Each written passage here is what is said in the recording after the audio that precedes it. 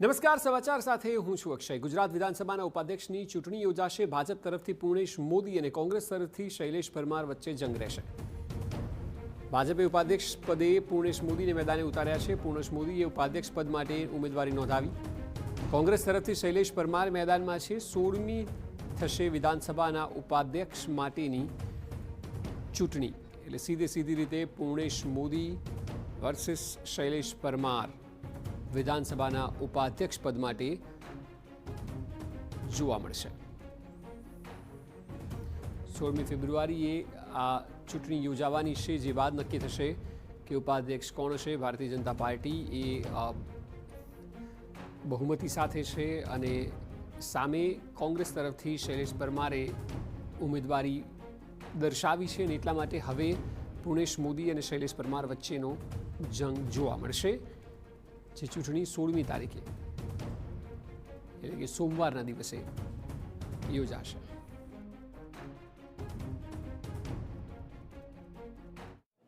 ભૂપેન્દ્રભાઈ પટેલ, નાયબ મુખ્યમંત્રી ભાઈ હર્ષભાઈ, અમારા પ્રદેશ ભારતીય જનતા પાર્ટીના અધ્યક્ષ આદરણીય જગદીશભાઈ વિશ્વકર્મા અને અમારું શીર્ષ નેતૃત્વના સૂચના અનુસાર આજે માનની પૂર્ણેશભાઈ મોદીનું ઉપાધ્યક્ષ તરીકેનું ફોર્મ આ ગૌરવવંતી વિધાનસભામાં ભર્યું છે, અને મને ખૂબ ખુશી છે કે એક એવા સિનિયર લીડર આવનારા દિવસોમાં ઉપાધ્યક્ષ તરીકે માનની શંકરભાઈના સાથી તરીકે, એમના અધ્યક્ષ તરીકે ઉપાધ્યક્ષ તરીકે સુપેરે વિધાનસભાની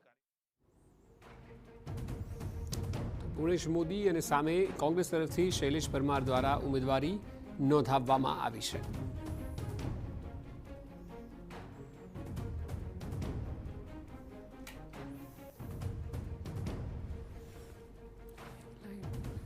સોળમીએ વિધાનસભા ઉપાધ્યક્ષ માટેની ચૂંટણી યોજાશે। કોંગ્રેસ વર્સિસ બીજેપી, કોંગ્રેસમાં શૈલેષ પરમાર અને સામે પૂર્ણેશ મોદી વચ્ચે આ ચૂંટણી યોજાશે।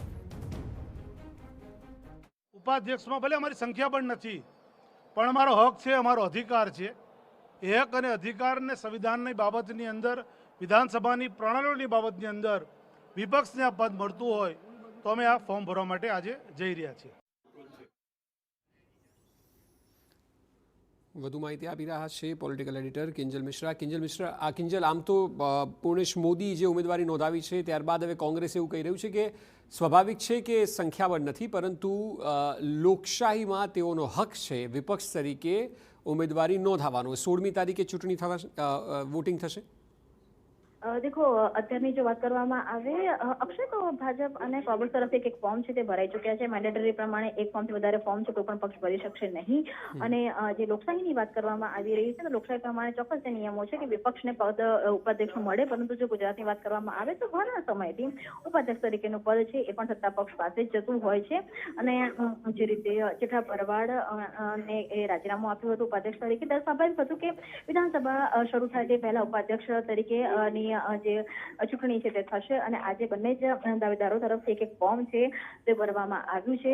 પ્રદેશ તેની સાથે જ વાત કરવામાં આવે તો જે પ્રથા છે, ભાજપ દ્વારા પણ એવો આક્ષેપ કરવામાં આવી રહ્યો છે કે ક્યારે પણ પ્રથા કે પરંપરાને કોંગ્રેસ દ્વારા પણ ફોલો કરવામાં નથી આવતું। સ્વાભાવિક છે કે જ્યારે સંખ્યાબળ ભાજપનું છે ત્યારે ભાજપની બહુમતી છે। હાલાકી કોનું જે ફોર્મ છે તે ગ્રાહ્ય રાખવું એ વિધાનસભા અધ્યક્ષનો અબાધિત અધિકાર હોય છે, પરંતુ સ્વાભાવિક છે કે વિધાનસભા અધ્યક્ષ પણ જે છે તે સત્તાધારી પક્ષ તરફથી આવતા હોય છે, અને તેમણે રાજીનામું આપ્યા બાદ, એટલે કાર્યકરો તરીકે રાજીનામું આપ્યા બાદ એ અધ્યક્ષ બનતા હોય છે। પરંતુ એક ઝુકાવ હોય છે તે સત્તાધારી પક્ષ તરફ હોય છે। અને પૂર્ણેશ મોદી આગામી સમયમાં વિધાનસભાનું સત્ર શરૂ થશે ત્યારે ઉપાધ્યક્ષ તરીકે સત્તાવાર તેમની જાહેરાત છે, ઔપચારિક જાહેરાત છે તે થશે, પરંતુ અત્યારે ચોક્કસ એવું કહી શકાય કે હવે વિધાનસભામાં ઉપાધ્યક્ષ તરીકે પૂર્ણેશ મોદી કાર્યરત થશે। અને તેની સાથે જ દક્ષિણ ગુજરાત અને ઓબીસીનું જે પ્રતિનિધિત્વ હોય, પ્રભુત્વ હોય, એ પણ ગુજરાતમાં વધુ જોવા મળશે। જી બિલકુલ કિંજલ, આભાર સમગ્ર માહિતી બદલ।